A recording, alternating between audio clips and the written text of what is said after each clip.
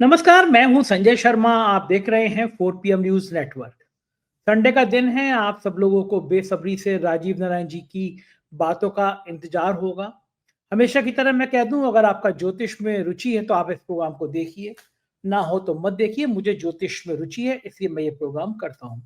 राजीव जी पेशे से इंजीनियर हैं, बाद में सालों से वो अध्यात्म की दुनिया में आ गए। कई भविष्यवाणियां सही हुई हैं, कुछ गलत भी हुई हैं। आज के इस शो में बहुत जबरदस्त बातें की हैं उन्होंने। ट्रंप का मानसिक संतुलन क्यों गड़बड़ाया? चीन की आखिर ताकत बढ़ेगी या कम होगी? भारत के साथ रिश्ते क्या रहेंगे? वक्फ बिल पर अचानक सरकार को झटका क्यों लगा? सुप्रीम कोर्ट के चीफ जस्टिस क्या क्या ग्रहों के हिसाब से बोलने वाले हैं? और राहुल गांधी और सोनिया गांधी के खिलाफ जो कार्रवाई है, जो जेल भेजने की तैयारी है, वो भारतीय जनता पार्टी को कितनी भारी पड़ने वाली है? ये सारी बातें इस शो में। अब ज्यादा बता दूंगा तो आपको मजा नहीं आएगा। सुनिएगा, पूरा अंत तक सुनिएगा। आपको बहुत जबरदस्त भविष्यवाणियां नजर आने वाली हैं। पहले चैनल को ज्वाइन कर लीजिए, सब्सक्राइब कर लीजिए। चलते हैं राजीव नारायण जी के पास। 4 PM न्यूज नेटवर्क में आपका स्वागत है राजीव नारायण जी। दुबई में भाई आपको बहुत लोग याद करते हैं। दुबई में आया तो लोगों को, जैसे ही मैंने ट्वीट किया तो उसके बाद बहुत सारे लोग, मतलब दर्जनों लोग मुझसे मिलने आए। मैं आया था फिल्म फेस्टिवल का चीफ गेस्ट बन के, लेकिन जब मैंने ट्वीट किया अबू धाबी में आया हूँ, तो यहाँ पे बहुत बड़ा मुशायरा होता है ओहो। और इंटरनेशनल लेवल के लोग आते हैं। तो जो मुशायरा कराते हैं, बहुत बढ़िया शख्स हैं, वो मिले मुझसे। वो बोले हम आपका पासपोर्ट छीन के ले जा रहे हैं। अब आप जैसे भाई हमारे आए हैं तो आप हमारे स्पेशल गेस्ट हैं मुशायरे के। तो वहाँ पे बहुत सारे लोग बैठे हुए, तो सब मुझसे पूछ रहे थे राजीव नारायण जी का शो हम लोग बहुत देखते हैं दुबई में। क्या मुझे बात है। बड़ा अच्छा लगा कि चलिए आपकी ख्याति इतनी बढ़ रही है, तो मुझे बहुत अच्छा लगा। हम्म, राजीव जी, बहुत अच्छी बात है ये कि दुनिया भर में लोग आपकी ज्योतिष को, आपकी बातों को सराहते हैं, प्यार करते हैं आपको। ये 4 PM परिवार के लिए भी और आपके हम सब के लिए भी बड़ी उपलब्धि की बात है। आज के शो की शुरुआत करता हूं मैं। आज बहुत सारे सवाल हैं। मैं आपसे जी। पूछूंगा कि ये जिस तरह राहुल गांधी और सोनिया गांधी के खिलाफ कार्रवाई हो रही है, उस वो क्यों हो रही है? ज्योतिष शास्त्र में चीन इतना ताकतवर क्यों दिखाई दे रहा है? और आपने जैसे कहा था सुप्रीम कोर्ट के जजमेंट, उन सब पे बात करूंगा। लेकिन सबसे पहले बात करूंगा कि 30 मार्च को आपने कहा था ट्रंप को लेके, और जो ट्रंप को लेके कहा था आपने, मुझे तो ऐसा लग रहा है कि ट्रंप सारे काम आपको बता के करते हैं। आप जो जो ट्रंप को लेके बोलते हैं वो सारी बातें सच हो गई। आपने ओथ लेने से लेकर अब तक जो जो कहा, वो सारी बातें साबित होती जा रही। तो मुझे अब ये बताइए कि ट्रंप की अगली रणनीति क्या है? भारत को थोड़ी बहुत राहत मिलेगी, नहीं मिलेगी? मोदी जी को थोड़ा बहुत, मोदी जी ने कहा कि मैंने एलन मस्क से बात करी स्टारलिंक के बारे में, टेस्ला के बारे में। तो वो जो मोदी जी गए थे वहां पे, तो बड़ा क्रिटिसाइज हुए थे, क्योंकि एलन मस्क तो जीनियस आदमी है, अपनी प्रेमिका को और ढेर सारे बच्चों को लेके आ गया वहां मोदी जी से मिलवाने। और मोदी जी ताऊ जी की तरह उनके बच्चों को खिला रहे थे। लोगों ने कहा कि आप बच्चे खिलाने गए थे वहां पे। तो आज उन्होंने, मोदी जी ने कहा है कि मैंने एलन मस्क से बात करी और इन सब मुद्दों पे। ट्रंप की अमेरिका की क्या नीति रहने वाली है ज्योतिष शास्त्र के हिसाब से, आपके गिरोह के हिसाब से? ये मैं जानना चाहता हूँ राजीव जी। हाँ, सबसे पहले आपको मैं बताना चाहता हूँ कि दर्शकों को मैंने ये मेरी प्रेडिक्शन थी। वो 6 अप्रैल का प्रोग्राम था संजय जी। 6 अप्रैल के प्रोग्राम में मैंने ये कहा था कि डोनाल्ड ट्रंप जिनका मून चंद्रमा हैवीली एफ्लिक्टेड है राहु केतु और मंगल से, ये एक मेंटली डिसऑर्डर, बाइपोलर और मेगलोमीनिया नाम की बीमारी से पीड़ित हो सकते हैं। इनकी कुंडली में सूर्य चंद्रमा दोनों राहु केतु की डिग्री के क्लोज हैं। अतः ये एक डूबियस पर्सनैलिटी के और वेरी इगोइस्ट, शॉर्ट टेम्पर्ड भी हो सकते हैं। दर्शकों को ज्योतिषीय गणना का कमाल देखना चाहिए। जैसे ही ऑलमोस्ट एक अनस्टेबल माइंड का आदमी सत्ता में आता है और वो कैसा पागलपन करता, पूरी दुनिया को उसने सर पे उठा कर रखा है। और जिस तरह की उन्होंने भाषा इस्तेमाल करी है, ये तो नरेंद्र मोदी जी और भारत सरकार को उसका जवाब देना चाहिए कि जब उन्होंने ये कहा था शरीर के किसी विशेष जो है पार्ट को चूमने की बात कर रहे हैं कि बहुत सारे कंट्री के जो लीडर्स हैं वो मेरे शरीर के एक विशेष हिस्से को जो है चूमना चाहते हैं। तो उसमें भारत को स्पष्ट करना पड़ेगा कि भाई क्या भारत भी उसमें शामिल है, हमारी गवर्नमेंट को, क्योंकि हमारे भारत की तरफ से कोई प्रतिक्रिया नहीं हुई है। चाइना ने विरोध किया, कनाडा ने किया, मैक्सिको ने किया, इवन सिंगापुर के प्रेसिडेंट ने, प्राइम मिनिस्टर ने भी बहुत बहुत बढ़िया मैसेज दिया था अपने राष्ट्र के लोगों के नाम में, और यूरोपियन कंट्रीज ने भी दी थी। तो ट्रंप तो जो है जिस तरह से वो बैक ट्रैक की हैं, जो 10 अप्रैल की बात है, मेरे प्रोग्राम की बात है, जहां उन्होंने जो पॉज किया है 90 डेज का। देखिए ये फॉल्स है, छलावा है, और ट्रंप बेसिकली जो घबरा के गए हैं, क्योंकि सबसे बड़ी बात मैं फिर से दोबारा डोनाल्ड ट्रंप की कुंडली बता देता हूं। ये डोनाल्ड ट्रंप की कुंडली है, और इसमें ये देख लीजिए चंद्रमा जो है इनका नीच का है, और चंद्रमा नीच का है, और साथ में मंगल और उससे पीड़ित है। साथ में एक कुंडली और मैं आपको दर्शकों को, ज्योतिष के सीखने वाले लोगों को बता दूं, यही कुंडली आप देखो भाजपा की, देख लीजिए आप, भाजपा की कुंडली में भी चंद्रमा 8 नंबर राशि में है। हम और संख्या पे मत जाइए, केवल आप ये देखिए कि आप 8 नंबर राशि में चंद्रमा नीच का होता है संजय जी, और अगर उसके ऊपर मंगल का दृष्टि या राहु के साथ हो तो उसमें और ज्यादा खराबी आ जाती है। तो एक तरह की मानसिक बीमारियां, जिसको मैं अभी एक्सप्लेन करूंगा। तो पहला बात ये हुई कि एक व्यक्ति जो इस तरह की चीज आता है, और मजे की बात है कि एक ज्योतिष के जानकार लोगों को और दुनिया के लोगों को मैं बताना चाहता हूं कि इससे ज्यादा प्रत्यक्ष उदाहरण नहीं होगा। 2 कार्यकाल डोनाल्ड ट्रंप ने, संजय जी, क्या नाम है, दूसरा कार्यकाल है उनका। तो मैंने आज आपके दर्शकों के लिए एक ज्योतिषी रिसर्च दे रहा हूं कि जब ये 20 जनवरी 2017 को भी इन्होंने शपथ ली थी, आज उसकी कुंडली भी मैंने निकाली है। ये देखिए 20 जनवरी 2017 को दर्शक देख सकते हैं, डोनाल्ड ट्रंप ने मेष लगन था, लेकिन ये लगन थोड़ा बेटर था, और इसमें चंद्रमा की स्थिति मंगल से पीड़ित है, लेकिन केंद्र में आ गया है। तो ये कुंडली दिखाने का मतलब ये था। और इसी तरह से जब 20 जनवरी 2025 को ये लेते हैं, तो चंद्रमा देखो कन्या राशि में गया और राहु केतु के साथ है। तो ये मेरा दोनों कुंडलियों का, दोनों उनकी शपथ, जो वर्तमान शपथ और ओथ है, और उससे जब 2017 में बने थे तब पहले कार्यकाल में। तो ये दूसरे कार्यकाल में इतना पागलपन क्यों दिखा रहे हैं? तो इसका सीधा सीधा मैंने दोनों कुंडलियों को, आप अपने ऑफिस में बोलिएगा, दोनों एक साथ दिखाएंगे। ये एस्ट्रोलॉजी के लर्नर के लिए बेस्ट एग्जाम्पल है कि एक ही व्यक्ति होता है और अपने अलग अलग समय पे अलग अलग बिहेवियर क्यों उसके होते हैं।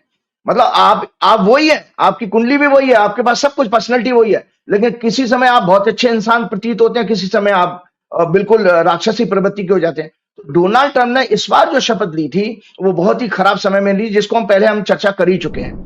तो लिहाजा इन्होंने जो 90 डेज का पॉज लिया, वो उनकी बेसिकली उनकी अपनी घबराहट है। क्योंकि एक मैं दर्शकों को जल्दी से जानकारी के लिए 3-4 मेंटल डिसऑर्डर बता देना चाहता हूं। स्किज़ोफ्रेनिया एक पैरानोइया करके एक बीमारी होती है, मानसिक बीमारी होती है, जिसको फोबिया आम भाषा में कहा जाता है। ये बीजेपी की कुंडली में भी है, और ये क्या नाम है, नरेंद्र मोदी का भी हो, अगर 17 सितंबर का बैठ, तो मैं मानता नहीं हूं, नरेंद्र मोदी जी को भी होनी चाहिए, क्योंकि नरेंद्र मोदी जी का भी चंद्रमा नीच का ही है, अगर 17 सितंबर 1950 का जन्म है तो पैरानोइया बीमारी क्या होता है? It is a mental disorder characterized by excessive distrust, suspicion, or fear that others are to harm or deceive you, often without evidence.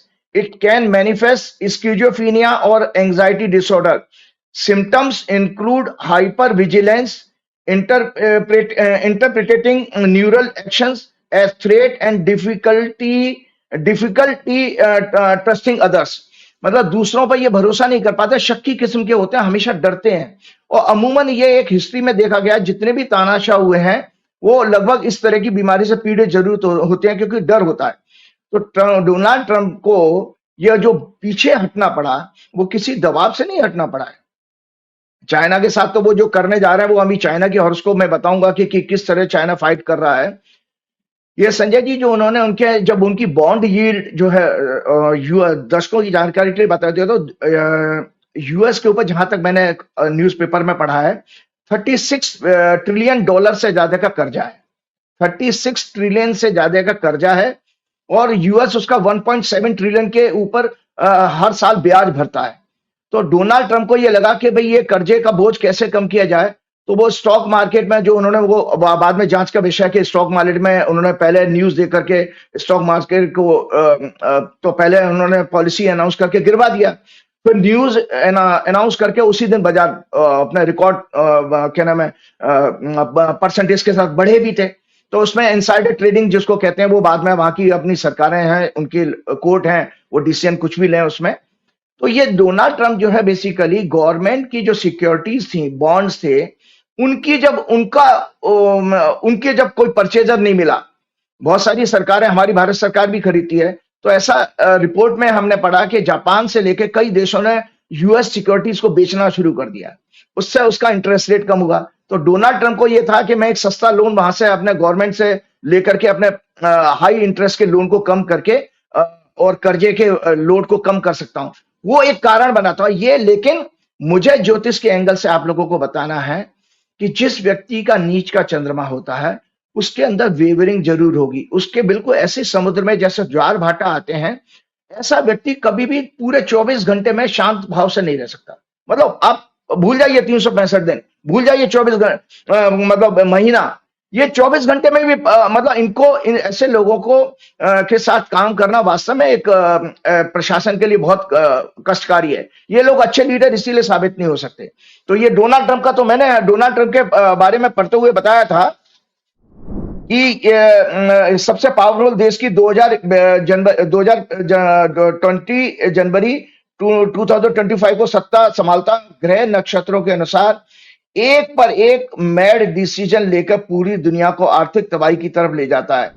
तो ये संजय जी, अभी आपने देखा 245% का चाइना के ऊपर टैरिफ लगा दिया। उसमें कहीं में एक इकोनॉमिस्ट ने लिखा था कि ये क्या पागल, 245% का फिर कोई एक्सपोर्ट करेगा ही क्यों? भाई सीधी सी बात है, वो कह रहे हैं 145% के ऊपर एक्सपोर्ट करने का तो कोई लॉजिक ही नहीं बनता। तो ये सब चीजें क्यों कर रहे हैं? और उससे चाइना को कोई फर्क नहीं पड़ता। चाइना ने अपना दूसरा मार्केट ढूंढना भी शुरू कर दिया और आसपास के नेबरिंग कंट्रीज में उनके बिजनेस के लीडर्स भी, उनके मिनिस्टर्स भी जाना शुरू कर दिए। तो मैंने इसी प्रोग्राम में, आपके 6 अप्रैल के प्रोग्राम में ये कहा था कि 16 अप्रैल से इसकी डोनाल्ड ट्रंप की कुंडली में चंद्रमा की प्रत्यंतर दशा शुरू हो रही है। और जब भी याद रखिएगा, जिस ग्रह से हम ये पागलपन उनका देख रहे हैं और वो ग्रह उसकी दशा आ जाए, तो ये आने वाले समय में भी इनको आप शांत नहीं देखेंगे और ज्यादा गलत निर्णय लेंगे। अब जैसे वो हार्वर्ड यूनिवर्सिटी से भिड़ पड़े, मतलब अमेरिका के टॉप की यूनिवर्सिटी से भिड़ गए। वो कह रहे हैं ये सब बकवास है और फिर मतलब जहां से एक बड़े प्रोमिनेंट दुनिया के लोग सैकड़ों वर्षों से पढ़ के आए हैं, जो अपने आप में एक इंस्टीट्यूशन और एक, मतलब ये सोचिए, शिक्षा के इससे बड़े मंदिर पूरे दुनिया में नहीं हो सकते। उसको डोनाल्ड ट्रंप उनसे पंगा लेके बैठा, उनकी एड रोक दी, उनको ऊपर टैक्स लगा दिया वगैरह वगैरह। तो 16 अप्रैल 2025 से जब इनकी चंद्रमा की प्रत्यंतर दशा शुरू होगी और चंद्रमा के बाद मंगल आएगा, मंगल भी इनका क्या ना पीड़ित है। तो फिर उसके बाद राहु आएगा। तो राहु भी चंद्रमा और सूर्य की एक्सेस में, जो दर्शकों मैंने डोनाल्ड ट्रंप की कुंडली दिखाई थी, तो वो उस कुंडली के अनुसार ये लगातार इनका 24 जनवरी 2026 तक का जो है कार्यकाल, इसमें जो पीक पर होगा, जहां एक से एक खराब डिसीजन लेने वाले हैं।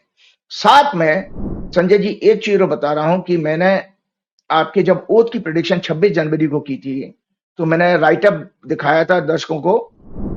उसमें मैंने कहा था कि ये इनका कार्यकाल डिजास्टर होगा।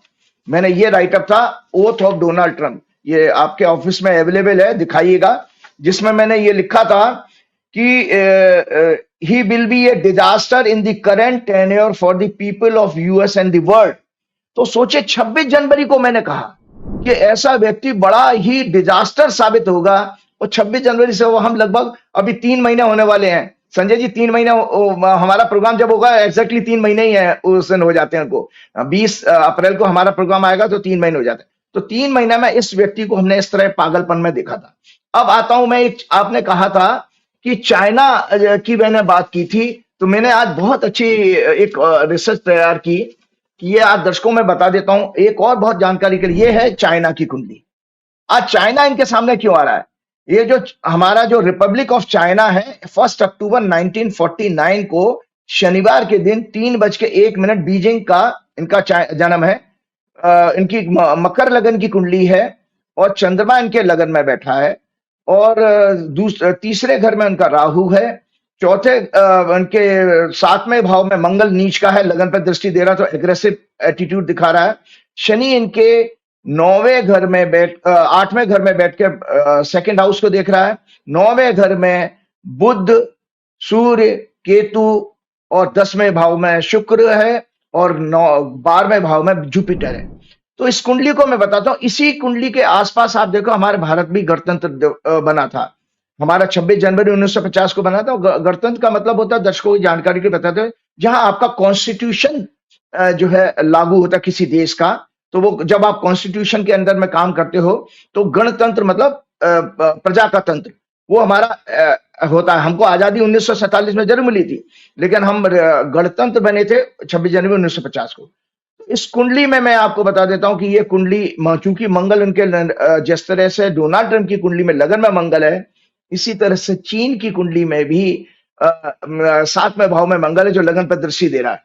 तो आने वाले टाइम में मैं बता देता हूं दर्शकों देखिए कि इनकी जो है इस समय बुध की महादशा चल रही है, बुध में शुक्र की, जो 11 मार्च 2023 से शुरू हुई है, 9 जनवरी 2026 तक रहेगी। उसके बाद सूर्य की महादशा शुरू होगी।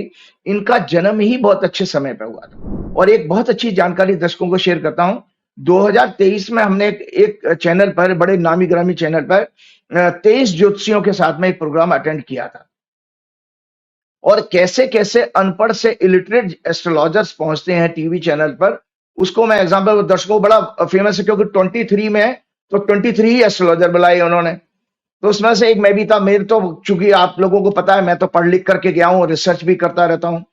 तो वहां पर कुछ ज्योतिषी जो है, चाइना बर्बाद हो जाएगा, चाइना ये हो जाएगा, चाइना के आगे हाथ में कटोरा आ जाएगा, ये उस समय कह रहे थे, सिर्फ इसलिए क्योंकि मोदी जी उस समय, वो हमारे चाइनीज लोगों ने हमारे कुछ सैनिकों को मतलब शहीद कर दिया था, और हमारी जमीन पर भी कब्जा करके बैठा।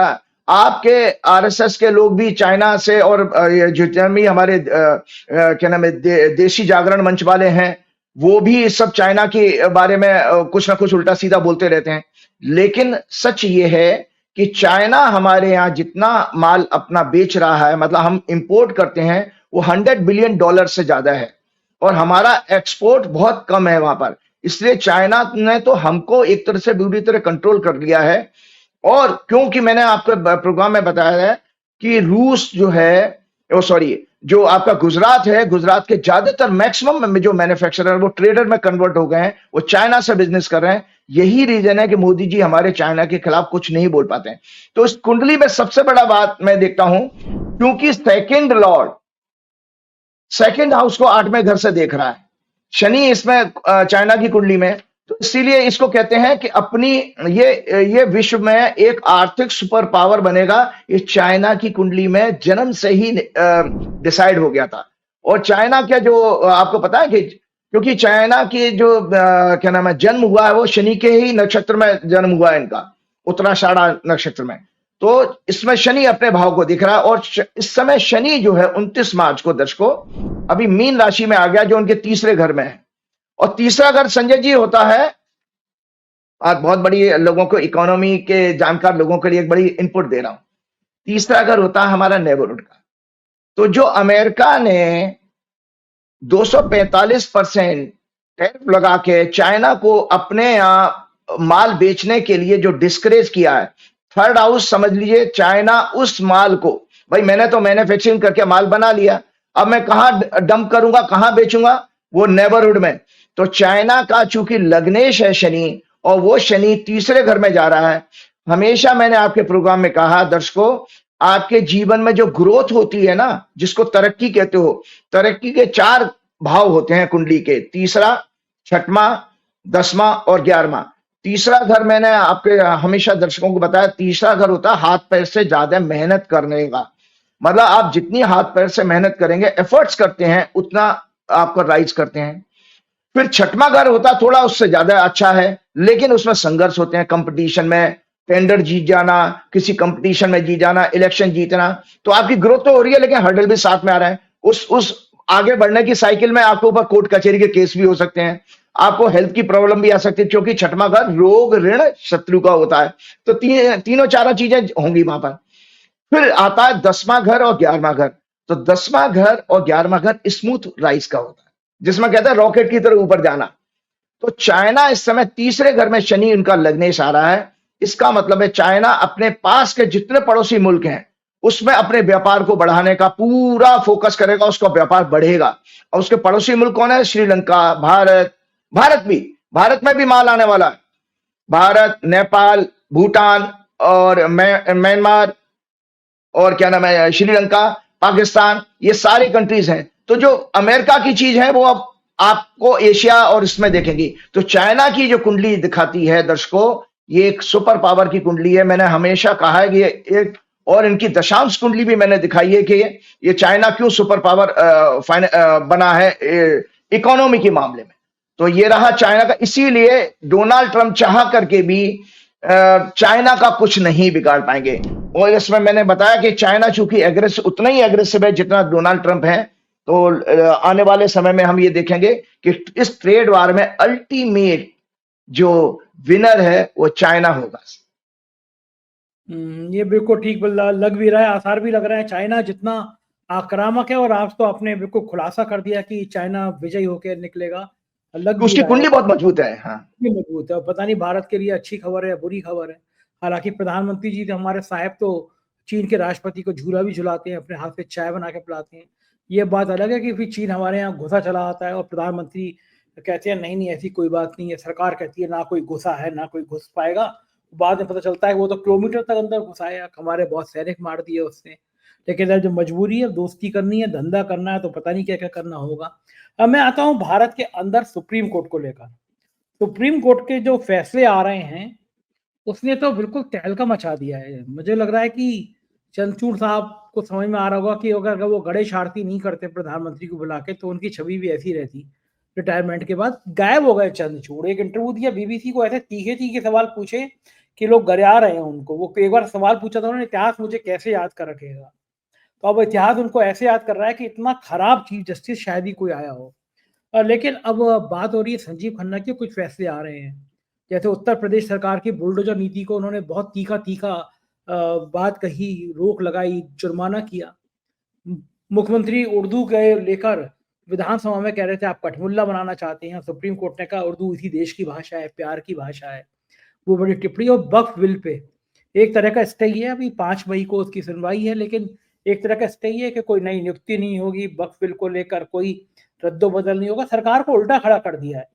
आपने कहा था पहले कि सुप्रीम कोर्ट के फैसले चौंका देंगे, तो ये जो सुप्रीम कोर्ट के चीफ जस्टिस ने जो ओथ ली है, जो उसका समय है, क्या ये समय अभी ऐसे ही अनुकूल रहने वाला है? कुछ ही दिन बचे हैं उनके भी रिटायरमेंट को। कहीं ऐसा तो नहीं होगा वो भी रिटायरमेंट से पहले गणेश आरती करने लगेंगे प्रधानमंत्री को बुला के, या प्रधानमंत्री के लिए सुप्रीम कोर्ट से कुछ और ऐसे फैसले आने वाले हैं जो शायद पसीना छुड़ा दें बीजेपी का?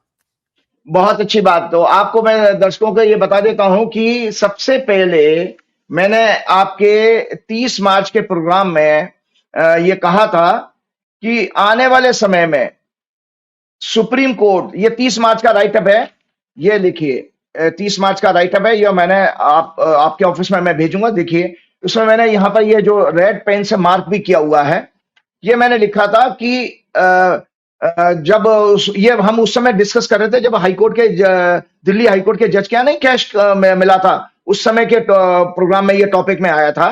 तो मैंने लिखा था कि भारत में अभी एससी जज के यहाँ कैश कांड में कई प्रोमिनेंट लोगों के स्कैंडल के एक्सपोज होने का युग है।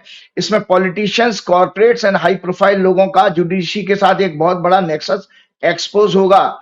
ये समय कॉन्स्टिट्यूशनल कोर्ट्स, और कॉन्स्टिट्यूशनल कोर्ट्स दर्शकों जानकारी के लिए फिर से बता देता, हाई कोर्ट जितने भी हैं देश के और सुप्रीम कोर्ट, ये कॉन्स्टिट्यूशनल कोर्ट्स हैं जिनका की काम है कॉन्स्टिट्यूशन को प्रोटेक्ट करना और उसका सही तरीके से इंप्लीमेंट कराना। ये अत्यंत अशुभ है। इनकी साख पूरे देश और विश्व में लो लेवल पर होगी। लेकिन आने वाले समय मैंने कहा था 15 मई के आसपास कहा था। देखिए जब अभी 15 मई क्यों कहा था कि बृहस्पति राशि बदलने जा रहे हैं, और दर्शकों को एक नई कुंडली दिखाऊंगा। जब सुप्रीम कोर्ट फॉर्म हुआ था हमारे देश में, तो वो मीन लगन की कुंडली थी। ये दर्शकों को जानकारी के लिए बता देता हूं। ये दर्शकों, ये सुप्रीम कोर्ट की फॉर्मेशन की कुंडली है। जब सुप्रीम कोर्ट हमारे भारतवर्ष में बना था, तो वो था 28 जनवरी 1950 और 9:43 पे पहला कार्रवाई शुरू होगी। मीन लगन की कुंडली है। लगन में राहु है, 6वें भाव में केतु और मंगल है, और इनका लग्नेश 11वें भाव में नीच का है, शुक्र के साथ है, सूर्य के साथ है, और 10वें भाव में बुध है, और इनके तीसरे घर में उच्च का चंद्रमा, और 6वें भाव में इनका शनि है। 6वें भाव का शनि बहुत अच्छा माना गया है। इनकी वर्तमान में बुध की महादशा चल रही है। तो मैंने ये जो 15 मई की डेट क्यों कही थी, हमारे शास्त्रों में ये कहा गया वैदिक ज्योतिष में कि बृहस्पति और शनि के जो रिजल्ट हैं वो आपके कुछ महीने पहले आपको मिलना शुरू हो जाते हैं, क्योंकि शनि 2.5 साल एक राशि में रहता है, बृहस्पति 1 साल रहते हैं। तो ये जो आपने सुप्रीम कोर्ट के व्यवहार में आप जो परिवर्तन दे रहे हैं, जो 2-3 केसेस आपने मेंशन किए हैं, उसका परिणाम इसी पे है। और आगे आने वाली जो अगले महीने में आपके नए चीफ जस्टिस शपथ लेने जा रहे हैं 14 मई को, तो वो भी एक हमारे लिए आगे का सुप्रीम कोर्ट की वर्किंग का संकेत देगा। तो सबसे पहले तो मैंने आपको बताया कि ये मैंने 30 मार्च के प्रोग्राम में कहा था कि सुप्रीम कोर्ट आने वाले समय में अपने सख्त निर्णयों के द्वारा सरकार के लिए परेशानी पैदा करेगा, और साथ में ये जो है और अपनी गिरती हुई साख को बचाने की पूरी कोशिश करेगा।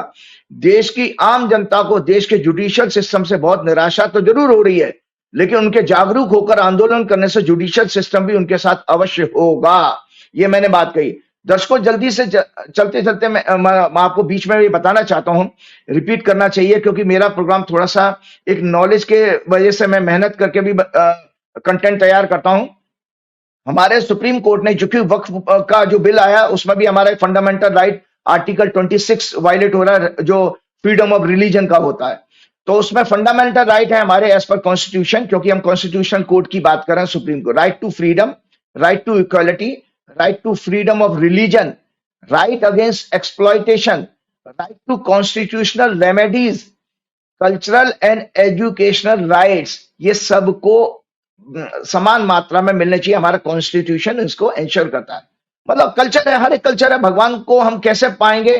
कोई मस्जिद में जाके देखेगा, कोई उनको गुरुद्वारे में देखेगा, कोई चर्च में देखेगा, कोई मंदिर में देखेगा। लेकिन भगवान तो देखिए, ये अलग अलग रूट हैं ईश्वर को पाने के, तो उसमें कोई किसी के ऊपर थोप नहीं सकता, ना थोपा जा सकता है। कोई संत महात्मा किसी के ऊपर इन चीजों को थोप नहीं सकता।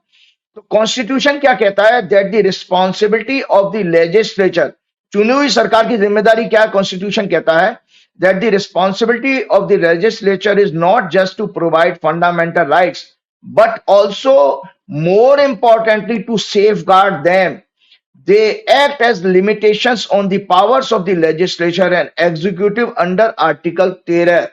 आर्टिकल 13 में आपकी इस एग्जीक्यूटिव को, अभी आप देख रहे हो धनखड़ जी कुछ बकवास बयान कर रहे हैं, सुप्रीम कोर्ट के जजमेंट पर ही उंगली उठा रहे हैं, या कभी कभी किरण रिजिजू कह देते हैं। देखिए, कॉन्स्टिट्यूशन कहता है कि सरकार जो 5 साल की चाहे जितने बड़े बहुमत से आ जाए, उसकी भी लिमिटेशन है। क्यों? साफ साफ कह रहा, मैं फिर दोबारा कह रहा हूं कि in case of they act as limitation on the powers of the legislature and executive under article 13। Dhankhar ji सुन लीजिए, आर्टिकल 13 में आपकी भी पावर, एग्जीक्यूटिव की पावर भी लिमिटेशन है। अल्टीमेटली कॉन्स्टिट्यूशन इज सुप्रीम, और सुप्रीम कॉन्स्टिट्यूशन को इंप्लीमेंट और एग्जीक्यूट करने वाला कौन है? हमारा सुप्रीम कोर्ट है। तो सुप्रीम कोर्ट की पावर इस नाते बहुत ज्यादा ऊंची है एग्जीक्यूटिव से। आप बेशक संसद में बिल बना दीजिएगा, वो संसद में कैसे बिल पास किए जाते वो आप सबने देखा ही है। और and in case of any violation, फिर आगे कोर्ट वो क्या कहता है constitution? And in case of any violation of these rights, the SC, supreme court and high courts of states have the power to declare such legislature or executive action as unconstitutional and void। तो अब आप बताइए, अगर supreme court हमारे fundamental right को protect करने के एक से एक अच्छे जजमेंट दे रहा है, तो ये हमारे लिए एक बहुत अच्छा संकेत है, जिसको मैंने कहा 15 मई से जब बृहस्पति, जो मैंने आपको सुप्रीम कोर्ट की कुंडली दिखाई थी, उसमें बृहस्पति जो है जो चेंज होने जा रहे हैं, वो बृहस्पति जनाब इसमें आ जाएंगे, चौथे घर में बृहस्पति इसमें जो और लग्नेश है इस कुंडली के। चौथा घर होता है हमारे प्रजा का, चौथा घर होता है हमारा डोमेस्टिक हैप्पीनेस का, और चौथे घर के सामने 10वां घर है, 10वां घर होता है सत्ता में। सो आपके दर्शकों को बहुत अच्छा शुभ समाचार सुना रहा हूं कि सुप्रीम कोर्ट नाक में नकेल डाल के रखेगा सरकार के खिलाफ आने वाले, और कॉन्स्टिट्यूशन को और जो फंडामेंटल राइट्स हैं लोगों के, उनको पूरी तरह से जनता के फेवर में करने वाला है, क्योंकि चौथा घर हमारा पब्लिक का होता है, मासेस का होता है। तो इसी मैं आपको बता रहा हूं कि जैसे हमने बात करी थी आपके उन्होंने जो पहले एक और आया था जजमेंट, आपने इसी दौरान हमने बहुत सारी चीज, एक और चीज मैं कुंडली आपको दिखाना चाहता हूं। यह है भाजपा की कुंडली, ये भाजपा की आपकी वर्षफल है। इस प्रोग्राम को अभी हमने अप्रैल में ही किया था, 6 अप्रैल को। ये भाजपा का, इस प्रोग्राम में मैंने बताया था कि भाजपा का चौथा घर पीड़ित है, बहुत सारा चौथा 10वें की एक्सिस इनका। ये जो वर्षफल बना है इसमें शनि इसका स्वामी है और इनकी जो मुंता है वो चौथे घर में ही आई है। चौथे घर में इनका शनि, वक्री शुक्र उच्च का है और नीच का बुध है, राहु है और इनका 6वें भाव में इनका बृहस्पति, 8वें भाव में चंद्रमा और क्या नाम है मंगल है। ये वर्षफल इनके लिए बहुत अच्छा नहीं है। इस वर्षफल में मैंने बताया था कि इस वाले वर्षफल में इनको बहुत सारी प्रॉब्लम आने, जो चौथे घर का मैंने कहा कि अकॉर्डिंग टू क्लासिक्स मुंता in 6, 8, 12 and 4th house 7th house is considered inauspicious, अशुभ मानी जाती है मुंता अगर चौथे घर में आए, जो कि वर्षफल की ये वर्षफल हमारा ये क्लासिक बुक है वर्षफल की। अगर मुंता चौथे घर में आती है तो उसके रिजल्ट क्या कहे गए हैं कि जो है mostly gives bad result. मुंतेस in 6, 8, 12 is also not good. Year Lord Saturn will also be afflicted with Rahu Ketu. The results of Munta in 4th house are sickness, ill health, especially mental health, anxiety, misunderstanding with own peoples, अपनी जनता के साथ understanding होना, humiliation है, mother, organisation, party, fear from enemy, loss of wealth, disgrace, loss of reputation, national international displeasure of rulers, great humiliation due to misconceived and low vision policies। जो misconceived और low vision policies है उसकी वजह से भी आपको जो है humiliation होने वाला है। ये चौथे घर की मुंथा बताती है, which may create unrest among the people and these will be challenged in the court। ये बात मैंने 6 अप्रैल को कहा था और आपके वही आपका वक्त मिल का है। 6 अप्रैल को मैं कह रहा हूं these will be challenged in the court और ये इसकी वजह से लोगों में मतलब अनरेस्ट होगा, आंदोलन करेंगे लोग। तो आप देखिए वो सब कुछ हुआ है। आपका बंगाल में विरोध हुआ, सुप्रीम कोर्ट के चीफ जस्टिस को भी उसके बारे में कुछ कहना पड़ा। तो ये सब चीजें इसलिए कहा मैंने दर्शकों, जो मैंने भाजपा की जो वर्षफल की कुंडली बताई थी, 6वां घर ज्योतिष का सिद्धांत है संजय जी, 6th हाउस झगड़े का होता है और 6th लॉर्ड जिस भी भाव में चला जाएगा उसी हाउस में वो झगड़े पैदा करेगा। तो चौथा घर चूंकि दर्शकों जनता का होता है और यहां पर इस कुंडली में जो आपकी धनु लगन की कुंडली बनी है उसमें 6वें घर का स्वामी शुक्र है और शुक्र उच्च का होकर के बैठा है चौथे घर में। तो इसका मतलब है ये पूरे साल भाजपा के लिए सत्ता चलाना मुश्किल है, बल्कि इनके मैंने इसी प्रोग्राम में ये कहा था कि इनकी सत्ता का परिवर्तन का योग बनता है। क्यों बनता है? क्योंकि एलाइज के साथ झगड़े आ रहे हैं इसमें। अरे इसमें एलाइज एक सेकेंड क्या बोल रहे हैं? यानी 2025 पूरा कर पाना मोदी जी के लिए मुसीबत बनने वाली है। यानी यानी रिटायरमेंट का प्लान जो बात चल रही है सितंबर में 75 साल, उसके समय बवाल हो सकता है। आपका यही भाव है क्या कहने का? मैं जी बिल्कुल बिल्कुल बिल्कुल, मैं इसी पर ये राइटअप है, आप दर्शकों को दिखाइए कि मैं दोबारा नहीं लिखा, ये आपके पास रिकॉर्ड है, दर्शक चेक कर सकते हैं। मैंने लिखा कि भाजपा की जन्म की कुंडली में शनि हेवीली एफ्लिक्टेड है और अभी भी है, अभी भी गोचर में भी है, राहु केतु अन्य ग्रहों के साथ। वर्तमान वर्षफल में भी ये राहु केतु से पीड़ित होगा। अतः ये पार्टी पूरे वर्ष अपनी जन विरोधी पॉलिसीज एक्शन के कारण देश की जनता के विरोध का सामना करेगी। ये जो इनका जितने भी न्यू लॉज लाएंगे वो उनको क्या नाम है बैकफायर करेंगे और वो लीगली चैलेंज होंगे, जैसे freedom of speech, liberty, RTI, ये सब इनके छल कपट के द्वारा जो संविधान के अधिकार जो छीनने की कोशिश करेंगे, जैसे वक्फ का भी आपका, क्योंकि फ्रीडम ऑफ रिलीजन से जुड़ा हुआ मामला है वो। तो और इसके साथ साथ न्यू एजुकेशन पॉलिसीज में भी पूरे छात्र देश भर में विरोध करेंगे। किसान, मजदूर, गरीब, दलित, आदिवासी सभी लोग सड़कों पर आएंगे, वर्तमान सरकार के खिलाफ आंदोलन करेंगे। आरएसएस सहयोगी दलों विद इन दी पार्टी में भी असंतोष होने वाला है। आरएसएस के साथ भी इनके रिश्ते बिगड़ेंगे और विद इन दी पार्टी इनके मोदी शाह के खिलाफ में डिफरेंसेस होंगे और साथ में सहयोगी दलों के साथ में भी। साथ में मैंने ये कहा है कि इंटरनेशनल ट्रेड टैरिफ वार के चलते सरकार अपमानित होगी, महंगाई बढ़ेगी, मैन्युफैक्चरिंग और खेती को भारी नुकसान होगा। क्योंकि दर्शकों में इसे मनगढ़ंत बातें नहीं करेंगे। चौथा घर खेती का होता है, चौथा घर डोमेस्टिक हैप्पीनेस का, हमारे घर की जो भी सुख शांति है वो चौथे घर से देखी जाती है। और उसमें अगर 6वें घर का लॉर्ड चला गया मतलब बवाल इन 4th हाउस, चौथे घर में बवाल होने वाला है। सो चौथे घर से संबंधित चीजें, इस वर्ष में होने वाले चुनावों में सफलता मिलना इनके लिए मुश्किल होगा।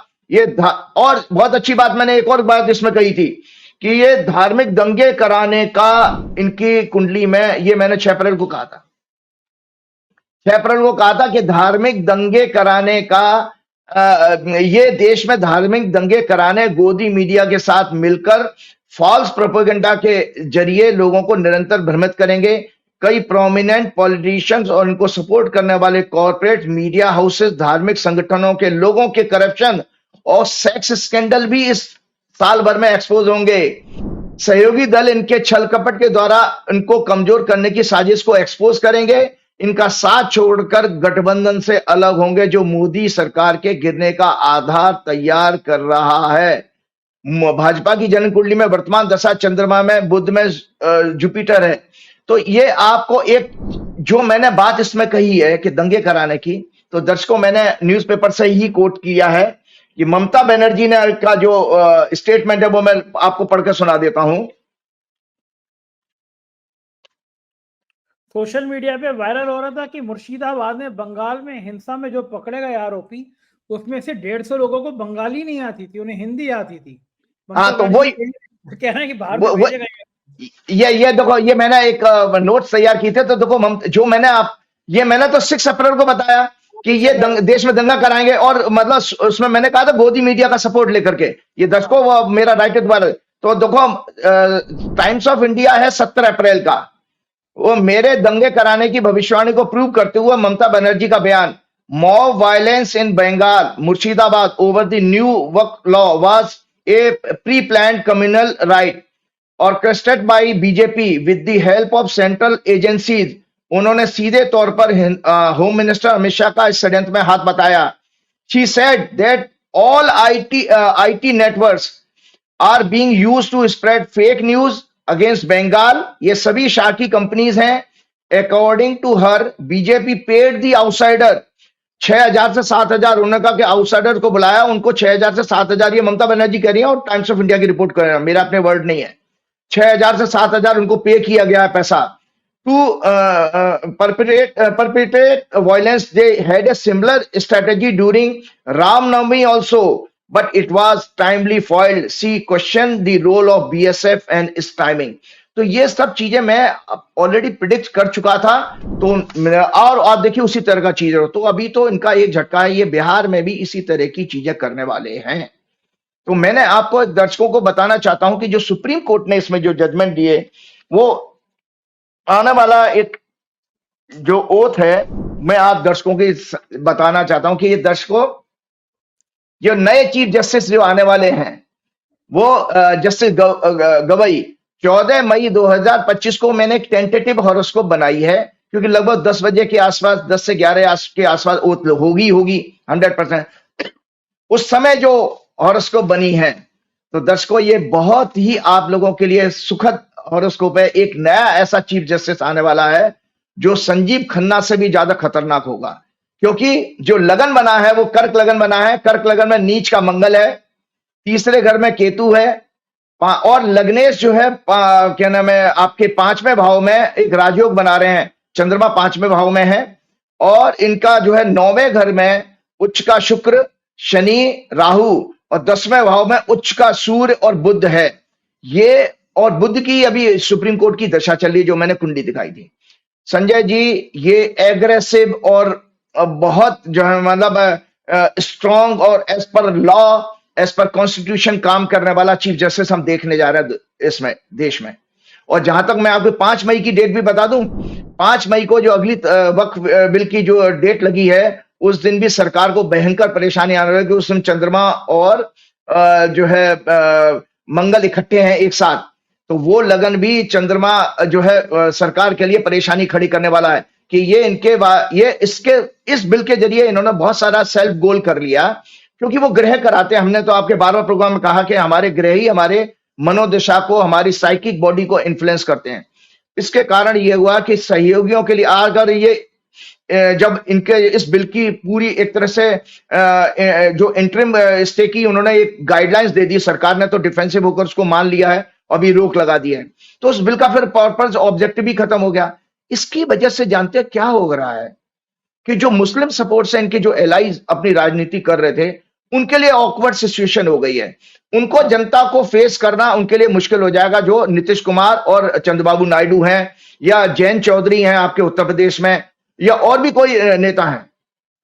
ये सबके सब जो है इस समय परेशानी में आएंगे, और जो कि मेरी प्रेडिक्शन को जो मैंने आपकी वर्षफल की बीजेपी की बताई है ना, कि इनके सहयोगी दल इनके छल कपट को समझ करके और इनसे अलग होने का, उनका आधार उनकी राजनीति खत्म होने वाली है। जैसे आपने देखा दुष्यंत चौटाला की पार्टी खत्म हो गई, चौटाला परिवार ही खत्म कर दिया बीजेपी ने, वो बीजेपी के साथ चिपका। जैसे आपका वो आपका बादल परिवार नहीं था पंजाब का, वो भी पूरा खत्म हो गया। तो जो जो इनके साथ जुड़ रहा वो पूरा भस्मासुर है ना, ये लोग, ये पूरे के पूरे खत्म होते चले जा रहे हैं। तो ये इस कुंडली में मैंने कहा कि इसमें एक बहुत सुंदर कुंडली है भाई। ये मतलब आप सोचिए कि ये चीफ जस्टिस की हिस्ट्री बना के जाएगा। उसका कारण भी है क्योंकि बृहस्पति जो है अपने 10वें भाव को देख रहे हैं, कुंडली बहुत मंजूर हुई सुप्रीम कोर्ट की। प्लस ये व्यक्ति जब ओथ ले रहा, वो भी इस समय की बहुत अच्छी कुंडली है, क्योंकि 10वें भाव का सूर्य जो है जबरदस्त एडमिनिस्ट्रेटिव स्किल होगी इस बंदे के, अगर करेज तो सुप्रीम। तो बहुत फायरी और बहुत बोल्ड जज हम पिछले 20-25 साल का जज देखने जा रहे हैं। ये किसी तरह कंप्रोमाइज नहीं होगा। उनके बारे में हमने कहीं पढ़ा भी था कि एक तो ये दलित हैं, दूसरा दलित बैकग्राउंड से आते हैं, दूसरा बात ये है बड़े हम्बल हैं, बड़ा लो प्रोफाइल के व्यक्ति हैं। तड़क भड़क वाले ने चंद्रचूड़ की तरह से वो बार बार मीडिया में आकर के और प्रेस कॉन्फ्रेंसेस करके, मतलब जो कॉन्फ्रेंसेस में अटेंड करके अपना ऑरा बढ़ाने वाले नहीं है, साधारण। और उन्होंने बहुत अच्छे जजमेंट दिए। याद करो दर्शकों, मैं आपको बता देता हूं, जब सारा देश उस समय देख रहा था कि कल सुप्रीम कोर्ट का जजमेंट क्या आएगा, राहुल गांधी की जो जमानत होने थी आपकी 2022 की बात है ना, तो वो देखो ये जस्टिस गवई थे जो चीफ जस्टिस बनने जा रहे हैं, इन्होंने ही राहुल गांधी को बेल दी थी, जिसकी वजह से उनकी मेंबर पार्लियामेंट सीट जो बची थी। तो ये तो इस तरह से मैंने बताया। और इन्होंने जो अभी जो जजमेंट आपका दिया, आपने बहुत अच्छी बात कही थी, इसमें इन्होंने राइट टू स्पीच के ऊपर भी बहुत अच्छा सुप्रीम कोर्ट ने जजमेंट दिया है। वो इट सेज, इन्होंने ये दिया था 29 मार्च का एडिटोरियल है, मैं जो पढ़ के सुना रहा हूं। It says cops and all constitutional courts including high courts note 5 points SC made standard of free speech cannot be decided by those who always perceive criticism as a threat to their power or position। मतलब वो ये कह रहे हैं, जज ने ये कहा था कि भाई ये जो आपका स्टैंडर्ड है हमारे स्पीच का, आप डिसाइड नहीं करोगे, क्योंकि आपको आपकी कुर्सी खत्म, मैं क्रिटिसाइज कर रहा हूं, मेरा अधिकार है, क्योंकि मैंने आपको चुना है भाई, मेरे वोट से आप सत्ता में चुनकर, मैं मालिक हूं, प्रजातंत्र में जनता मालिक है, और मैं क्रिटिसाइज करूंगा। तो अगर आप उससे चिढ़ करके कुछ कर रहे हो, और या उसकी भाषा को आप उसको मतलब देशद्रोह का कानून में बदलने की कोशिश कर रहे हो, वो आप नहीं होंगे डिसाइड करने वाले। सुप्रीम कोर्ट कह रहा है आप नहीं हो सकते। So standard of free speech can not be decided by those who always perceive criticism as a threat to their power और position. If you find some speech objectionable, your response should be counter speech, not suppression और police action. आप किसी के police section से उसको दबा करके, उसकी आवाज को दबा करके नहीं कर सकते। आप उसको, अगर उसने बुरा कहा है तो आप उसका कोई काउंटर लॉजिकल जवाब दीजिए। Restriction can not overshadow freedoms guaranteed under article 19(1)। ये आर्टिकल 19(1) में फ्रीडम ऑफ स्पीच का उन्होंने दिया है कि यहां पर रेस्ट्रिक्शन है। ऑल जजेस must protect fundamental rights, uphold the constitution without including trial courts without being influenced by their own views। साथ में जज साहब क्या कहते हैं, सुप्रीम कोर्ट क्या कहता है, art, comedy, satire are way of expression. जैसे उन्होंने लैंग्वेज के बारे में भी कहा कि लैंग्वेज को रिलीजन नहीं है, ये वे ऑफ एक्सप्रेशन है। मैं अपनी भावना व्यक्त कर रहा हूं, अपनी फीलिंग व्यक्त कर रहा हूं, इमोशंस व्यक्त कर रहा हूं। तो भाषा कैसे धर्म से जोड़ी जा सकती है?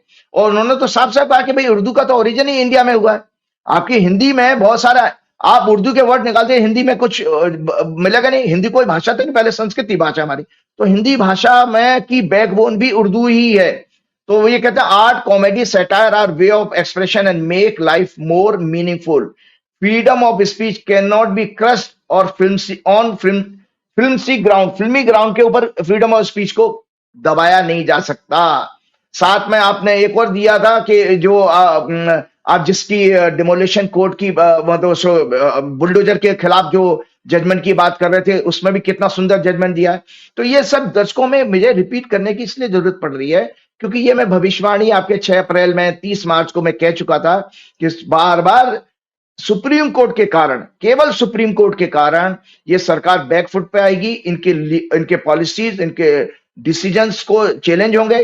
तो सुप्रीम कोर्ट ये कहता है right to shelter fundamental rights है, पार्ट ऑफ आर्टिकल 21। और उन्होंने इलाहाबाद अथॉरिटीज के जो लोग थे उनको 10-10 लाख रुपए का फाइन कर दिया उसमें। साथ में कहा they should know that there is something called rule of law, और धमकाते हुए सुप्रीम कोर्ट ने कहा कि they should know that there is something called rule of law which is a basic feature of the constitution. Described demolition illegal as not effort was made to serve them notices in person or by registered court. एक तरह से ये तमाचा मारा था उनके ऊपर। तो ये जजमेंट आया, इसके साथ हमने वक्फ का देख लिया, रिलीजन का देख लिया। तो लगातार ये जो जजमेंट है ये सुप्रीम कोर्ट के आने वाले, और जो मैंने दर्शकों आपको सुप्रीम कोर्ट की कुंडली और आने वाले चीफ जस्टिस की कुंडली का भी बता दिया, 5 मई का भी बता दिया डेट। ये सरकार के लिए निरंतर मोदी जी को कुर्सी कांटों का ताज नजर आने लगेगी। ये इसमें कुंडली ऐसी है। और अब मैं आता हूं एक वो चीजें कि एक जो हमने कहा था कि पैरानोया बीमारी जो आपको अभी डिस्क्राइब की थी। एक सेकंड, एक महत्वपूर्ण सवाल मेरा रह गया है, उसके बाद मैं आपकी परामर्श वाली बात पे आऊंगा। मोदी सरकार ने जब वक्फ बिल पे ये हुआ कि फैसला आने वाला है, उससे एक दिन पहले कि अगर ये फैसला खिलाफ आ गया तो चैनल चलाएंगे क्या, एक दिन पहले ईडी ने सोनिया गांधी को, राहुल गांधी को चार्जशीट कर दिया। सैम पित्रोदा तक तो कर दिया, जो अमेरिका में रहते हैं, जिनका लेना देना दो। सैम पित्रोदा से मोदी साहब बहुत छिड़ते हैं। ये जो कार्रवाई है सोनिया गांधी, राहुल गांधी, सैम पित्रोदा को चार्जशीट करने वाली, और कुछ लोग कह रहे थे जेल भेजने की तैयारी करने वाली, ये क्या मोदी की राजनीति पे बहुत भारी पड़ सकती है? क्योंकि गांधी परिवार के संग बहुत लोगों की आस्थाएं जुड़ी हैं, राहुल गांधी के संग तो बड़ी सिंपैथी है लोगों की।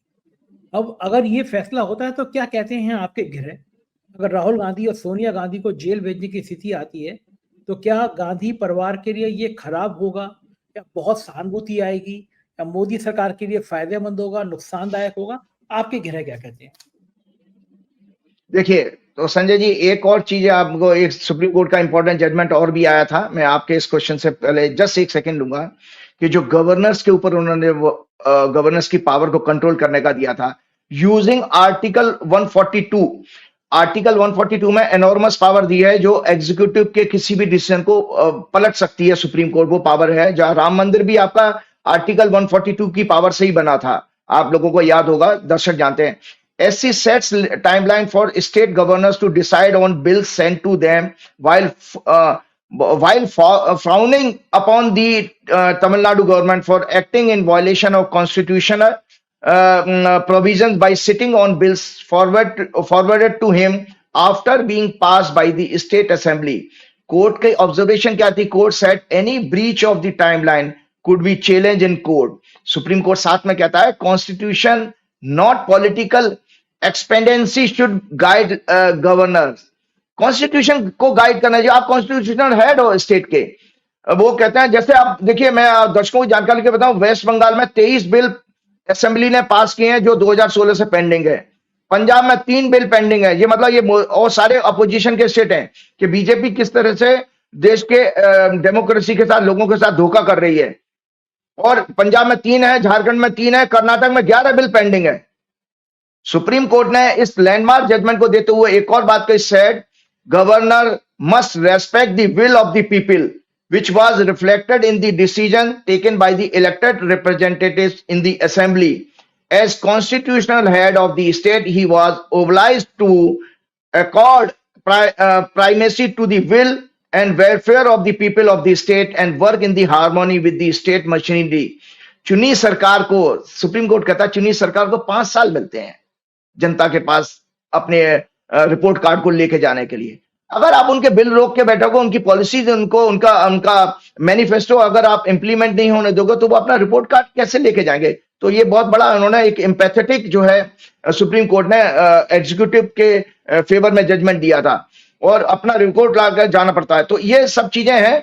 तो अब आपने बताया कि ये जो उन्होंने क्यों किया, इसका कारण है। देखिए, मैंने आपको जो अभी बताया था, पैरानोया बीमारी है जो है, इन्होंने राहुल गांधी को इसी डर के कारण ये लिखा है, देखो, मोदी शाह जानते हैं कि अगर ईमानदारी से चुनाव होते, देखिए आपको पता बीजेपी की कुंडली में मून चंद्रमा नीच का है, हेविली अफ्लिक्टेड है, इसीलिए फॉल्स प्रोपेगेंडा के जरिए 2014 में सत्ता में आए। इनके डर का कारण क्या है कि इनका कोई ऑरा नहीं था, मोदी जी का कोई ऑरा नहीं था, कोई नहीं था, कोई आरएसएस के बारे में भी इतना नहीं था, क्योंकि आरएसएस अभी भी उत्तर भारत में ही ज्यादा पॉपुलर है, इसका बेस बढ़ा हुआ है।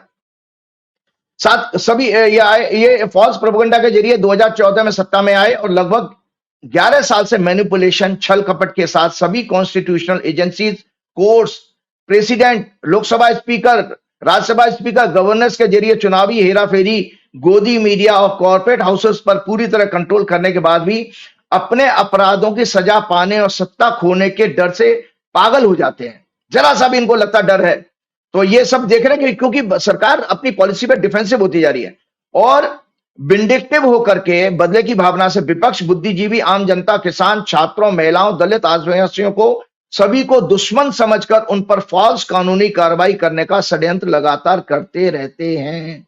ये षड्यंत्र है बेसिकली। तो मोदी शाह जानते हैं कि अगर ईमानदारी से चुनाव होते तो ये कभी 100 सीटें भी नहीं जीत सकते हैं। 2024 में भी ईसीआई पर कब्जा करने, गोदी मीडिया, दलाल, कॉर्पोरेट हाउसेस के जरिए भ्रष्टाचार के पैसे का इस्तेमाल करने और अनेक प्रकार के छल कपट के बावजूद 400 पार का नारा इनका पूरा नहीं हुआ। 240 में टिक गए, जिसमें 109 भगोड़े हैं 240 में। तो मोदी जी को डर लगता है ना। और इनके, आपको पता है, दर्शकों में बता रहा हूं आपकी मेमोरी के लिए, 96 इनके सिटिंग सांसद हार गए थे और कई मंत्री हारे थे इसमें 2024। ये सब कमजोरी इनके डर का कारण है, जो कोई पैरानोया बीमारी में कहता हूं, चंद्रमा नीच का बीजेपी का, इसलिए मुझे एक्सप्लेन करना पड़ रहा है कुंडली के अनुसार, क्योंकि आपका बिहेवियर आपको बता देता है कि आपकी कुंडली कितनी सच है। अभी वक्फ बिल को पास कराने में इनको लोकसभा में केवल 288 एमपी का समर्थन मिला, ठीक है, और विरोध में कहते हैं 232। कितना का गैप रह गया था? 50 कुछ का। तो खतरा तो उनको नजर आ रहा है भाई, 232 थे और बीजेपी के अपने 240 हैं, तो गैप कहां है? यहाँ 8 एमपी का ही है केवल आपके बीच में आज। और आप सोचिए, लोग आपका गोदी मीडिया और ये सब जो इंडिया अलायंस खत्म हो गया, फलाना ढिकाना, ये जो सारा कह रहे थे, आप देखिए कितना जबरदस्त इस समय मतलब यूनिटी के साथ प्रदर्शन किया वक्फ बिल के मामले में इंडिया अलायंस ने, कि 232 सांसद ने अगेंस्ट वोट किया और राज्यसभा में 97 में और 127 के अगेंस्ट में। तो ये इनको खतरा नजर आ रहा है कि हमारी सरकार कभी भी गिर सकती है, इसके कारण ये षड्यंत्र रचा है। और लोकसभा में 97, राज्यसभा में 97 एमपी के साथ सामना किया, अंतर केवल 50 प्लस एमपी। यही कारण है शाह मोदी ने राहुल गांधी, सोनिया पर एक फेक केस करके चार्जशीट पिछले वीक फाइल की। याद रहे, आजादी से पहले अंग्रेज नेशनल हेराल्ड और नेहरू जी के परिवार से चिढ़ते थे, नेहरू जी से और गांधी जी से, सरदार पटेल से चिढ़ते थे, क्योंकि वो उनको समझ चुके थे। आरएसएस नहीं समझा था, आरएसएस इसीलिए उनके साथ रहा। और आरएसएस बेसिकली वैसे कोई पॉलिटिकल पार्टी थी भी नहीं, आरएसएस एक कल्चरल ऑर्गेनाइजेशन के नाम से एस्टेब्लिश हुई थी, इसलिए आजादी के आंदोलन में उनका कोई भाग लेने का उन्होंने लिया भी नहीं और ना उनका कोई रोल रिकॉर्ड है। तो ये लोग सब चढ़ते थे, जो ये भूल जाते हैं। और बीजेपी आज और आरएसएस इसीलिए नेहरू गांधी परिवार को आज की डेट में दुश्मन मानती है कि उनके पूरे देश के रिसोर्सेज पे कब्जा करने में अगर कोई उनके सामने चट्टान की तरह खड़ा है तो ये परिवार खड़ा है और कांग्रेस पार्टी खड़ी है। ये भूल जाते हैं। देखो संजय जी, आप आरोप लगा रहे हो, वो उसका केस भी समझा दूंगा, फिर उसके बाद हम अपना प्रोग्राम समाप्त करेंगे। कि ये भूल जाते हैं कि नेहरू जी ने तो जब भारत आजाद हुआ था, हमारी खजाना खाली था, अंग्रेज खाली करके, तो उन्होंने 90% से ज्यादा अपनी पर्सनल दौलत जो है देश के नाम में कर दी थी, जिसकी कि मैंने आपको पिछले 2-3 प्रोग्राम पहले कहा भी था, जिसकी आज के समय में वैल्यू 50,000 करोड़ है। ये तो 600 कुछ करोड़ का ही बता रहे हैं नेशनल हेराल्ड का केस। 50,000 करोड़ जिसकी आज के डेट में वेल्थ है, वो तो उन्होंने देश को दान कर दी। तो ये परिवार कहां कब्जा करेगा? इसलिए और अब मैं आपको बताना चाह रहा हूं कि ये जो इन्होंने जो केस किया है राहुल गांधी के ऊपर, देखिए इस केस की हिस्ट्री आपको पता है कि एक कंपनी है, जैसे मैंने भी छोटा मोटा बिजनेस किया है, नेशनल हेराल्ड अखबार कॉमर्शियली सक्सेसफुल नहीं हो पाया, पैसा नहीं था, कांग्रेस ने कुछ उनको लोन देते रहे। एक लोन जब इकट्ठा हो गया तो उन्होंने एक कंपनी बनाई और वो उसमें जो है उस लोन को इक्विटी में कन्वर्ट कर दिया, शेयर्स में कन्वर्ट किया। वो शेयर राहुल गांधी के पास है। ये कॉमन सी जो बहुत सारी कंपनीज में आपको होता है, अभी भी जैसे बहुत सारी बैंकें भी ऑफर करती हैं। अगर बैंक का आपने बहुत सारा कर्जा ले रखा है, बड़ी कंपनीज के बारे में बता रहा हूं, तो बैंक कहती है कि भाई कुछ पार्ट उसका जब उसका रीस्ट्रक्चरिंग प्लान रीस्ट्रक्चर करता है लोन बैंक, तो कहता है भाई ठीक है, आधा कुछ लोन आप चुकाओ और आधा हमें शेयर दे दो उसके। तो इस तरह का ही अरेंजमेंट कुछ किया गया था यंग इंडिया वाले केस में। अब मैं जल्दी से आपको बताना चाहता हूं कि इनका क्या कर पाएंगे। तो राहुल गांधी की हॉरोस्कोप दिखाने चाहता हूं मैं आपको। यह है राहुल गांधी की हॉरोस्कोप। तो ये राहुल गांधी का कुछ बिगाड़ तो पाएंगे नहीं। ये राहुल गांधी की हॉरोस्कोप है। दर्शकों, मैंने पहले भी आपके की, राहुल गांधी का जन्म 19 जून 1970 को दिल्ली में हुआ। इनका तुला, लगन और धनु राशि है। लग्ने शुक्र 10वें भाव में बैठकर अमल, कीर्ति योग, फेम होने का ये राजयोग बना रहे हैं। चौथे घर का स्वामी, 5वें घर का स्वामी, योग कारक शनि यद्यपि नीच का है, लेकिन ज्योतिष के जानकार लोगों को बताना चाहता हूं। आपके एक बहुत सारे मैंने पॉडकास्ट किसी का देखा था, वो कह रहा राहुल गांधी पार्षद का चुनाव भी नहीं जीत सकते। अरे भाई, वो देश का एलओपी है, लीडर ऑफ अपोजिशन है। मोदी जी में उसमें कितना फर्क है, 8 एमपी का। आज अगर टेक्निकली देखिए दर्शक, आप लोगों के विवेक पे मैं छोड़ रहा हूं, राहुल गांधी में और मोदी में कितना फर्क है, 8 एमपी का। 237 एमपी उनके पास है और 292-93 इनके पास है एमपी। तो राहुल गांधी का स्टेटस कितना बड़ा है। तो ये योग कारक शनि यद्यपि नीच का है, लेकिन 7वें भाव में केंद्र में बैठा है, जो कुंडली मैंने आपको दिखाई है, और राजयोग बना रहा है। शनि का जो डिस्पोजिटर है, मतलब शनि किसकी राशि में, मंगल की। मंगल 9वें घर में बैठा है सूर्य के साथ में, तो फिर उसने डिग्निटी ले ली। ये एक भाग्यशाली, और मंगल भाग्यस्थान में 11वें लॉर्ड सूर्य के साथ बैठा है। और most benefit planet Jupiter in सभी चीजों को एक्सपेक्ट कर रहा है, दृष्टि दे रहा है। 9वें घर का 12वें घर का लॉर्ड बुध 6वें भाव में विपरीत राजयोग बना रहा है। 3rd हाउस में मून पर 2 क्षत्रिय ग्रह। मैंने पिछले कुछ प्रोग्राम पहले भी बताया था कि राहुल गांधी इतने टफ क्यों हैं, तो वो इसलिए कि 2 क्षत्रिय ग्रह का प्रभाव सूर्य का और मंगल का इनके ऊपर आ रहा है, इसलिए मेंटली ये बहुत बोल्ड और करेजियस हैं। इनका 9वां वर्गोत्तम लग्न है, अतः ये दीर्घायु की कुंडली है। वर्तमान में राहु की महादशा चल रही है, जो 14 अप्रैल 2019 से शुरू हुई। राहु 5वें भाव में त्रिकोण में है, शनि की राशि में, फ्रेंडली साइन में है, और जुपिटर इसे दृष्टि दे रहा है। अतः ये राहु इनका एक बेनिफिक राहु है। हमने की प्लेनेट पढ़े थे कि अगर पाप ग्रह केंद्र में या त्रिकोण में जाते हैं तो शुभ ग्रह की तरह बिहेव करने लगते हैं। ये ज्योतिष के जानकार लोगों के लिए स्टेटमेंट है कि की प्लेनेट की फंडामेंटल सिद्धांत जानिए। एक एस्ट्रोलॉजिकल रिसर्च में पाया गया कि जब कोई मिनिस्टर, प्राइम मिनिस्टर या प्रेसिडेंट बनता है तो 5वां घर एक्टिवेट होता है। तो आपके लिए शुभ समाचार सुना देता हूं, मैंने 2-3 प्रोग्राम पहले हिंट दे दिया था। राहुल गांधी की कुंडली में महादशा का स्वामी उनके जन्म के राहु पर 29 मई 2025 को उनके 5वें घर में प्रवेश करेगा, जो कि मैंने कहा प्रधानमंत्री, राष्ट्रपति या किसी बड़े पद पर जाने के लिए। सबसे बड़ी और आपको लोगों को बात बता देता हूं कि 20 मई 2024 डेट दर्शक याद कर लें। 20 मई 2024 को राहु में शनि की महादशा शुरू होती है। इसी से आपको पता लग जाएगा कि ग्रह कैसे राहुल गांधी के चल रहे हैं। 20 मई 2024 लोकसभा के रिजल्ट आने से पहले 20 मई 2024 को शनि की महादशा शुरू होती है। शनि 5वें घर का लॉर्ड है। जिन लोगों को ये होता है ना, कुंडली में नीच का शनि देख लेते हैं और फिर कहते हो सब कुछ बर्बाद हो जाएगा। 70 में और 68 और 70 के जितने जन्म के लोग हैं सब शनि नीच का ही है। अरविंद केजरीवाल 3-3 बार चीफ मिनिस्टर बन चुके हैं। तो संजय जी, जैसे ही राहु में शनि की दशा शुरू होती है राहुल गांधी की, और राहुल गांधी को 20 मई 2025 के बाद क्या बड़ी घटना घटी, उनके 50 सांसद से सीधे 100 सांसद, 99-100 सांसद हो गए और वो एलओपी बने। तो अभी भी शनि की महादशा चल रही है जो 2027 तक चलेगी। तो इसीलिए ये जब उनको एलओपी की पोजीशन लोकसभा में प्राप्त हुई 20 मई 2024 के बाद, ये कैबिनेट मिनिस्टर की पोजीशन है और इन्हें लगभग 237 एमपीज का समर्थन प्राप्त है। इनकी भूमिका कई कॉन्स्टिट्यूशनल पोजीशंस के सिलेक्शन में होती है और एलओपी भी अपने एक कॉन्स्टिट्यूशनल पोजीशन है। 29 मार्च को शनि इनके जब 6वें भाव में आया, ये क्यों घटना घटी, आपका प्रश्न का जवाब आ रहा है। 29 मार्च को अभी जो निकला है, शनि इनके 6वें भाव में आ गया राहुल गांधी के, और राहु के साथ है, राहु भी वहीं मौजूद है। तो 6वां घर एक्टिवेट हो गया राहुल गांधी की कुंडली में।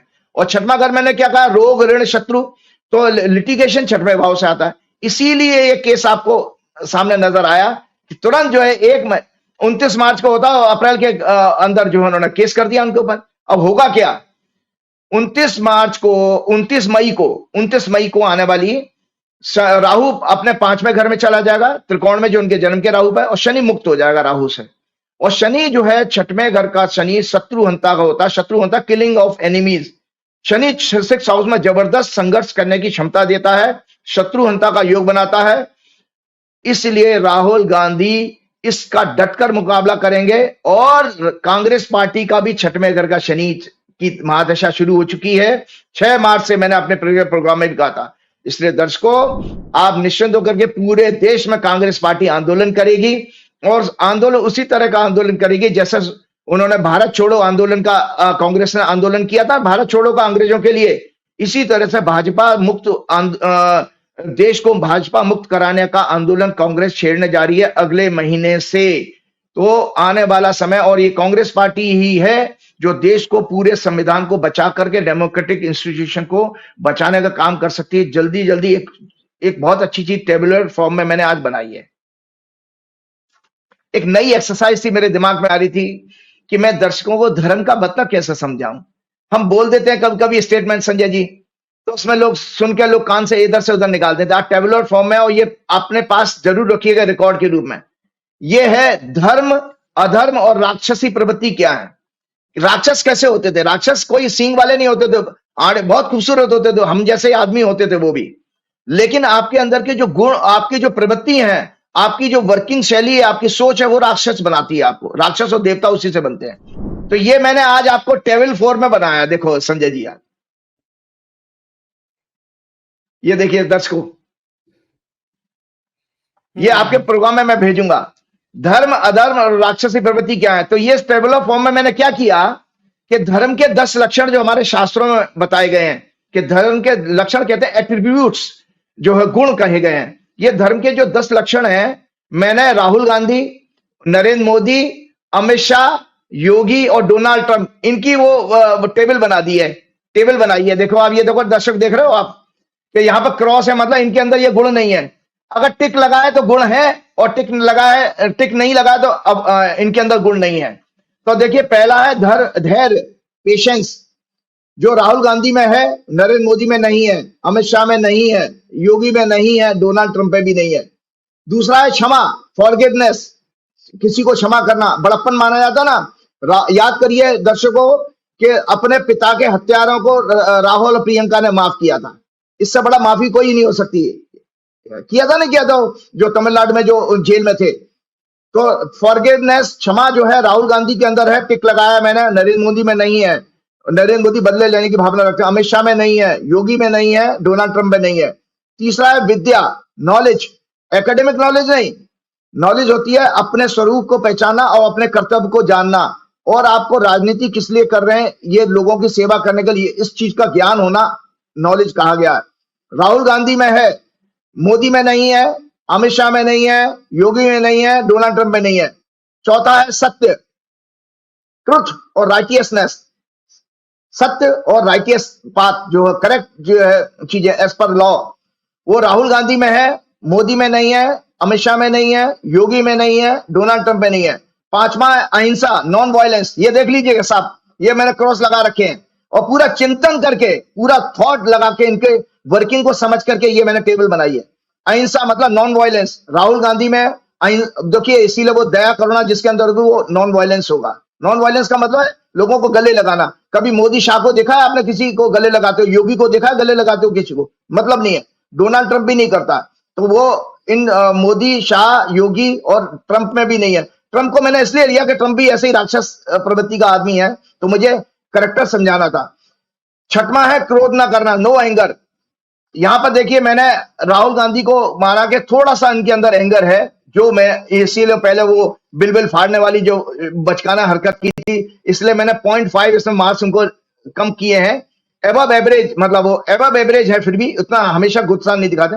और अमित शाह, मोदी, शाह और डोनाल्ड ट्रंप में तो है ही नहीं, मतलब एंगर ही एंगर भरा पड़ा है। कंट्रोलिंग ऑफ माइंड, मन पर कंट्रोल करना, राहुल गांधी के अंदर है, मोदी में नहीं है, शाह में नहीं है, योगी में नहीं है, ट्रंप में नहीं है। चोरी ना करना, नो, चोरी ना करने को कहा गया no unethical no unethical acts, theft और मैनिपुलेशन, जैसे गिरी हुई सरकार को गिरा देना भ्रष्टाचार के जरिए, ये चोरी करना, इसी को कहते हैं चोरी करना, पैसा निकालना नहीं है। आपने किसी का मैंडेट चुरा लिया और आपने चुनाव में जो हेराफेरी कर रहे हो, ये सब चोरी करने के इंसिडेंट है। कि आपने देखिए इलेक्शन ईवीएम को हेराफेरी करते हैं, फिर प्रशासनिक मशीनरी का इस्तेमाल कर लेते हैं, फिर आप वोटर लिस्ट में भी आप नाम काटना और जोड़ना का कार्य कर रहे हैं। इसके अलावा वहां पर भी नहीं रुकते हैं, आप गरीब बस्तियों में जाके पैसे देके उनको ऊपर स्याही लगवा लेते हैं उंगलियों पर, तो वो सब आप वोट चुरा रहे हो। तो चोरी करने की ये टेंडेंसी राहुल गांधी में नहीं है, लेकिन मोदी में है, शाह में है, योगी में है, ट्रंप में भी है। आंतरिक शुद्धि, इनर प्यूरिटी, अंदर से अच्छा ह्यूमन बींग होना, आप जानते हैं राहुल गांधी के अंदर है, मोदी में नहीं है, शाह में नहीं है, योगी में नहीं है और ट्रंप में भी नहीं है। इंद्रियों को वश में रखना, controlling of senses, Modi ji तो भोगी है, जो भोगी होता है वो इंद्रियों पर कंट्रोल नहीं होगा, इसलिए मोदी जी दिन में 10-10 ड्रेस बदल लेते हैं। लेकिन राहुल गांधी ने, याद करें दर्शक, इंद्रियों पर कंट्रोल कैसे देखा जाएगा। राहुल गांधी ने पूरी भारत जोड़ो यात्रा एक टी शर्ट में की थी। इसी को इंद्रियों पर कंट्रोल कहा जाता है, कंट्रोल ओवर सेंसेस, इंद्रियों पर कंट्रोल करना। और इसमें ट्रंप में भी नहीं है, योगी में नहीं है, शाह में नहीं है। तो इस तरह से जब मैंने नंबर दिए Sanjay ji, final number tally देख लें दर्शक, कि धर्म के मामले में जब हम धर्म की बात करते हैं तो मोदी को 0 नंबर मिले, अमित शाह को 0 मिले, योगी को 0 मिले, ट्रंप को 0 मिले और राहुल गांधी को 10 में से 9.5 मिले। इससे आप दर्शकों, मैंने आपको किसी प्रोग्राम में पिछले वर्ष कहा था, राहुल गांधी की जब जमानत हो रही थी पिछले से पिछले वर्ष, तब मैंने कहा था ये संत प्रवृत्ति का आदमी है। तो इसलिए दर्शकों, आप हमेशा याद रखने वाली एक टेबल मैंने दिखाई है कि एक संत व्यक्ति को आप देख रहे हैं कि जो वास्तव में राजनीति देश के कल्याण के लिए कर रहा है, अपने व्यक्तिगत स्वार्थ के लिए नहीं कर रहा है। भारतीय शास्त्रों के अनुसार इन लोगों में केवल राहुल गांधी में ही देवता वाले गुण हैं। देवता वो होते हैं जो धर्म के मार्ग पर चलते हैं, और वही एकमात्र नेता हैं जो धर्म का अर्थ समझते हैं, उसका पालन करते हैं। मोदी, शाह, योगी, ट्रंप ये अधर्म के मार्ग पर चलने वाले और राक्षसी प्रवृत्ति के, राक्षसी प्रवृत्ति जल्दी से बता देता हूं क्या होता है।